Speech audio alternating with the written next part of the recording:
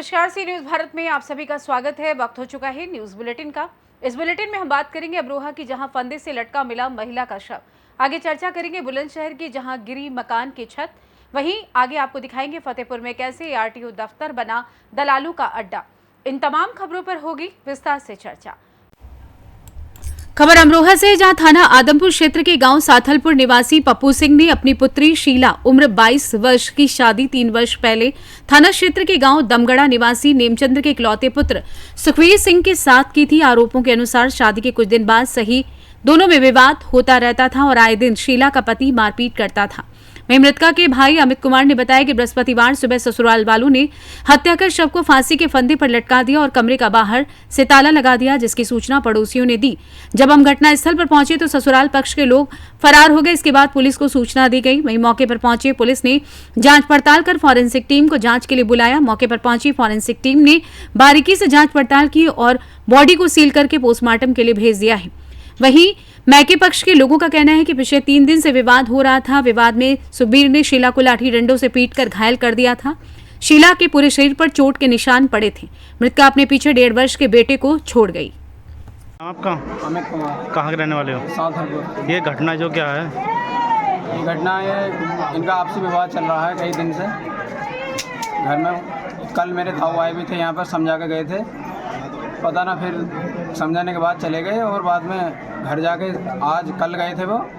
तो आज जो दोपहर के टाइम किसी और ने पड़ोस में बताया कि एक लड़की और है हमारे यहाँ की, उसके भाई ने बताया कि ऐसे ऐसे तुम्हारे वहाँ पर तुम्हारी बहन ने फांसी वांसी खा ली है, वो ख़त्म हो गई। तो हमने यहाँ पे आके देखा, इनके घर से तो फ़ोन भी नहीं गया।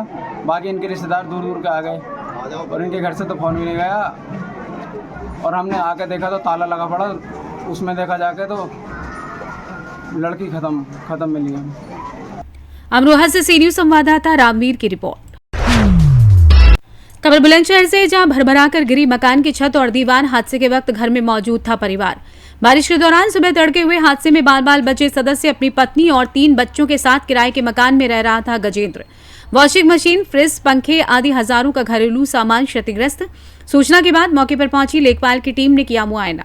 बुलंदशहर की कोतवाली खुर्जा नगर क्षेत्र के सराय नसरुल्ला पद्म की पुलिया का पूरा मामला बताया जा रहा है।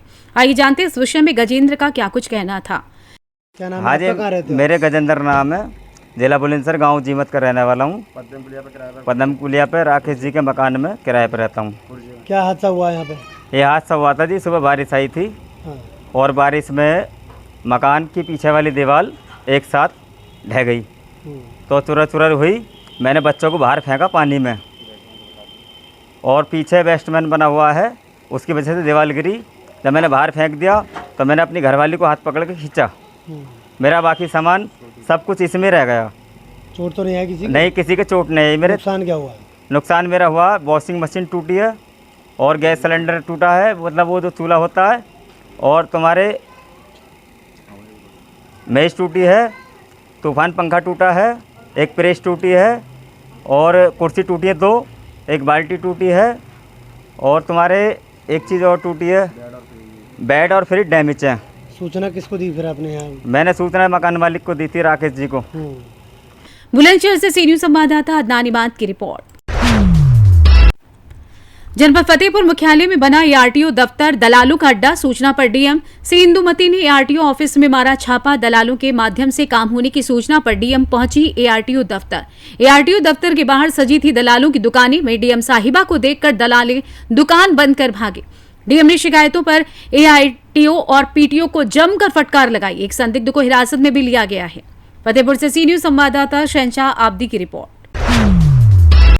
खबर हरदोई से, जहां राष्ट्रीय आपदा प्रबंधन प्राधिकरण भारत सरकार एवं उत्तर प्रदेश राज्य आपदा प्रबंधन प्राधिकरण के निर्देशन में जिला आपदा प्रबंधन प्राधिकरण हरदोई, एनडीआरएफ एवं पीएसी फ्लड डिवीजन के संयुक्त तत्वाधान में गुरुवार को जिलाधिकारी के निर्देशन में तहसील बिलग्राम अंतर्गत गंगा नदी के राजघाट पर बाढ़ से बचाव एवं राहत कार्य की मेगा मॉक एक्सरसाइज आयोजित की गई, जिसमें अपर जिलाधिकारी प्रियंका सिंह, बराकी सिंह, उप जिलाधिकारी बिलग्राम सुशील कुमार शर्मा, क्षेत्राधिकारी बिलग्राम की मौजूदगी में राजस्व, पुलिस, चिकित्सा, पशु चिकित्सा, अग्निशमन सहित अन्य संबंधित विभागों के अधिकारियों ने भाग लिया।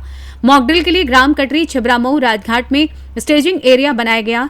राजघाट पर गंगा नदी में व्यक्ति के डूबने की सूचना पर डिस्ट्रिक्ट ईओसी के माध्यम से IRS team ADM Priyanka Singh, उपजिलाधिकारी, सीएमओ सहित अन्य सभी संबंधित विभाग के अधिकारी राजघाट पर पहुंचे। इस कार्यक्रम के तहत एनडीआरएफ एवं फ्लड पीएसी के जवानों द्वारा डूबते हुए लोगों को बचाने के लिए डेमोन्स्ट्रेशन किया गया। मॉक एक्सरसाइज में अपर जिलाधिकारी प्रियंका सिंह, उपजिलाधिकारी बिलग्राम सुशील कुमार शर्मा, क्षेत्राधिकारी बिलग्राम की मौजूदगी में राजस्व, पुलिस, चिकित्सा, पशु चिकित्सा, अग्निशमन सहित अन्य सभी संबंधित विभागीय अधिकारीगण उपस्थित रहे। हरदोई से सी न्यूज संवाददाता शिवांशु की रिपोर्ट। जौनपुर जिला अंतर्गत शाहगंज के अयोध्या मार्ग स्थित वरदान हॉस्पिटल केटी समीप कथा स्थल पब्लिक इंटर कॉलेज में आयोजित 7 दिवसीय श्रीमद् भागवत कथा अमृत आयोजन के संदर्भ में सेंट थॉमस रोड के पास स्थित आयोजनकर्ता के निवास से विशाल कलश यात्रा निकाली गई, जो शहर के प्रमुख मार्ग दादर पुल पान दरीवा से होते हुए अयोध्या मार्ग पर कथा स्थल पब्लिक इंटर कॉलेज पहुंचकर संपन्न हो गई। अंतर्राष्ट्रीय भागवत कथा व्यास शांतनु जी महाराज का पब्लिक इंटर कॉलेज पर श्रीमद् भागवत कथा 26 जुलाई से 1 अगस्त तक सायंकाल 4 बजे से रात्रि 7 बजे तक मुखार बिंदु अमृत वर्षा करेंगे। इस कलश यात्रा में शाहगंज विधायक रमेश सिंह भी शामिल हुए। साथ ही इस अवसर पर कथावक्ता शांतनु जी महाराज के आशीर्वाद लेने के साथ ही आयोजककर्ता को बधाई दी। इस भव्य कलश यात्रा में मुख्य जजमान कलावती सिंह के साथ जजमान अरुण कुमार सिंह, अनिल कुमार सिंह, सुशील कुमार सिंह, लाल बहादुर सिंह, चंद्रशेखर सिंह, अजीत सिंह, डॉक्टर वरुण सिंह, शशंक सिंह, शम्मी, आनंद मोहन आदि सहित तमाम लोग मौजूद रहे। जौनपुर से सी न्यूज संवाददाता दिवाकर मिश्रा के साथ दीपक सिंह की रिपोर्ट। बसेड़ी उपखंड के नादनपुर थाना क्षेत्र के खरगपुरा गांव में खेत में चरी काटने गए एक युवक पर अज्ञात शख्स द्वारा गोली मारने का मामला सामने आया है। जानकारी के अनुसार नादनपुर थाना क्षेत्र के राजस्व गांव खरगपुरा के बगल में खोरपुरा गांव की ये घटना है। 18 वर्षीय किसान युवक राजू पुत्र विजय सिंह ठाकुर को ये गोली लगी है। अपने खेत में पशुओं के लिए चरी काटने गया था। घटना को लेकर अस्पताल आए घायल युवक राजू के चाचा रणसिंह पुत्र महाराज सिंह ठाकुर ने बताया कि गुरुवार दिन में 11 बजे के करीब ये घटना घटी है। सभी लोग घर पर बैठे हुए थे। इस दौरान आसपास के लोगों ने आकर सूचना दी कि उनके खेत के आसपास गोली चली है, जिसमें राजू घायल हुआ है। ऐसे में परिजन दौड़ते हुए खेत पर पहुंचे, जहां राजू लहूलुहान अवस्था में पड़ा हुआ था। घटना के बाद परिजन घायल राजू को लेकर बाड़ी सामान्य अस्पताल लाए, जहां चिकित्सकों द्वारा राजू को प्राथमिक उपचार दिया गया। गोली राजू के पेट में फंसी हुई बताई गई है। ऐसे में हालत गंभीर होने पर घायल राजू को जिला अस्पताल धौलपुर रेफर कर दिया है। वहीं पुलिस को भी टेलीफोन के जरिए अवगत कराया है। अब इसके पीछे मकसद क्या था, इसकी अब तक कोई जानकारी सामने नहीं आई है। ये खेत में चरी काटने के लिए गया था और वहाँ पर इसमें किसी ने फायरिंग करके गोली दे दी है। अब इसके विषय में हमको ये नहीं पता है कि किसने गोली दी है, क्या किया है। हम तो बाद में पहुँचे देखने के लिए और उस स्थिति में उसको उठा करके लाए हैं और सीधे हॉस्पिटल लाए हैं दवा कराने के लिए। क्या नाम है बच्चे का? बच्चे का नाम राजू है। पिताजी का नाम? विजय सिंह। जाति ठाकुर। कहाँ के निवासी हो? खोरपुरा ही खरगपुरा के पास पड़ता है। थाना कौन सा लगता है? ये नादरपुर थाना लगता है। आप कौन लगते हो? मैं चाचा लगता हूँ। आपका नाम? मेरा नाम रण सिंह है। पिताजी का नाम? पिताजी का नाम महाराज सिंह।